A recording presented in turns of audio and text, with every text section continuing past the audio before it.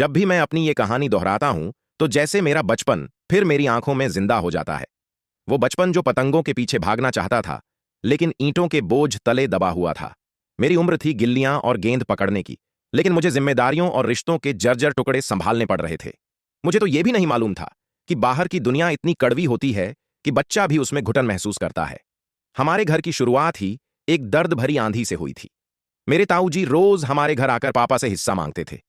गांव में बाकी जमीन, पुराना मकान और सबसे कीमती वो खेत जिसे पापा मेरा भविष्य मानते थे। कहते थे कि बेटा, तेरा कल इन्हीं खेतों की मिट्टी में पल रहा है। मगर ताईजी को यह सब नहीं दिखता था। उन्हें तो बस अपने मायके के बोल सुनाई देते थे, जो रोज ताना मारते थे कि खेत बेच दो और ससुराल वालों के साथ बिजनेस शुरू करो। आज भी याद है कैसे ताईजी बिना किसी शर्म के पापा को भला बुरा कह देती थी।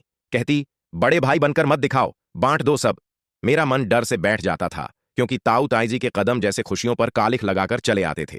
एक दिन मैं ताईजी के कमरे के बाहर से निकल रहा था, बस पानी का गिलास लेने। कोई जासूसी नहीं कर रहा था, मगर दरवाजा थोड़ा खुला था। अंदर से उनकी तेज आवाज आ रही थी। वो मोबाइल पर अपने भाई से कह रही थी कि वो किसी भी हाल में खेत बिकवाएंगी, क्योंकि उनके भाई की बेटी बीमार है और पैसों की दरकार है। मुझे घबराहट सी हुई।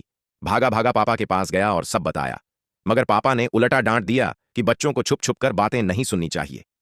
मम्मी ने भी समझाया कि ऐसा नहीं करना चाहिए, लेकिन मुझे तो लगा कि कुछ गड़बड़ है। उसी वक्त ताई जी किचन में आई, जहां मैं था। मेरा हाथ दबोचकर इतना जोर से छांटा मारा कि आंसू छलक पड़े। मम्मी को भी बुरा भला कहा, मुझे झूठा बताया। मैं कांपने लगा। तभी पापा पहुंचे तो ताई जी गुस्से में बाहर चली गईं। अब माहौल और बिगड़ गया था।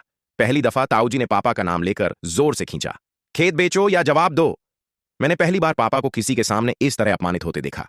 फिर एक दिन ताई जी गुस्से में घर छोड़ मायके चली गईं। धमकी दी, खेत बेचो नहीं तो तलाक दे दूंगी।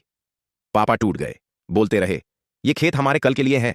पर ताऊजी किसी भी कीमत पर मानने को न तैयार। मम्मी ने तब अपना सबसे अनमोल बलिदान किया। अपने सारे शादी के गहने बेचकर ताऊजी को पैसे देने का फैसला किया, ताकि खेत बचा रहे, मेरी पढ़ाई और भविष्य बचा रहे। मगर ताऊ ताई की लालच की ज्वाला शांत नहीं हुई। पापा मम्मी खुद ताई जी को मनाने उनके मायके गए। मैं अकेला घर पर था।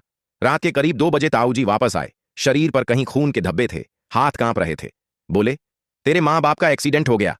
मैं डर के मारे सुन्न था। उनके साथ अस्पताल गया। पापा स्ट्रेचर पर थे, अंतिम सांसें चल रही थीं। मेरा हाथ पकड़कर बस इतना बोले, माँ का ध्यान रखना। पापा हमेशा के लिए आंखें मूंद गए। मेरी दुनिया वहीं ठहर गई, चूर चूर। मम्मी भी बेहोशी में थी।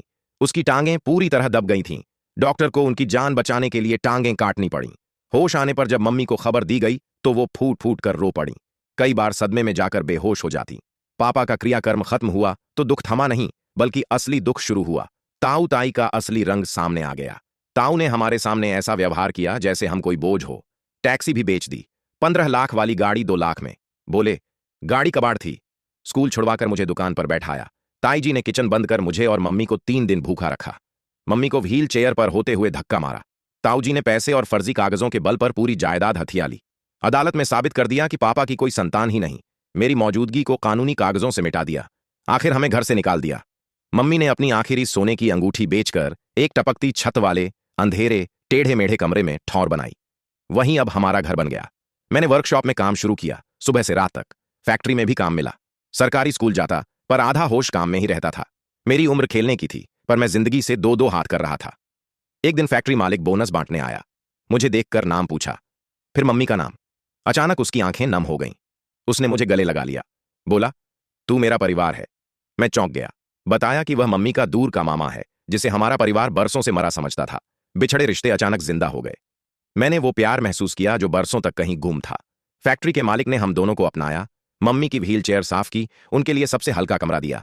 अब हमारे कमरे में रोशनी भी थी, खुशबू भी थी, और वो सुकून भी, जिसे मैंने जीवन में पहली बार महसूस किया। मुझे स्कूल भेजा गया। नया बस्ता, नए जूते, नई किताबें। पहली बार स्कूल में बैठकर खुद पर यकीन ही नहीं हुआ। वही बच्चा था जिससे पढ़ाई एक बार छीन ली गई थी। पर अब आगे था केवल आगे बढ़ना, अपने पापा का सपना पूरा करना। वो सपना डॉक्टर बनना अब मेरी सबसे बड़ी जिम्मेदारी थी। मम्मी रोज मुस्कुराकर कहती, पढ़ ले बेटे, हम तेरे साथ हैं। मैं फिर से सपनों का पीछा करने लगा। कुछ महीनों बाद एक अजीब मोड़ और आया, जब ताईजी को वहीं बीमारी लग गई जिसकी वजह से उन्होंने खेत बिकवाने की कोशिश की थी। ताईजी कैंसर से जूझ रही थी। नाना ने खबर दी। मम्मी ने तुरंत साथ चलने को कहा। मैं थोड़ा संकोच में था, पर मम्मी ने समझाया, माफ करने से कोई छोटा बड़ा नहीं होता। अस्पताल पहुंचे। ताईजी बहुत कमजोर थी। मुझे देखकर आंसू बहाने लगीं। माफी मांगी। मैं चुप था, लेकिन मम्मी ने उनका हाथ पकड़कर कहा, शायद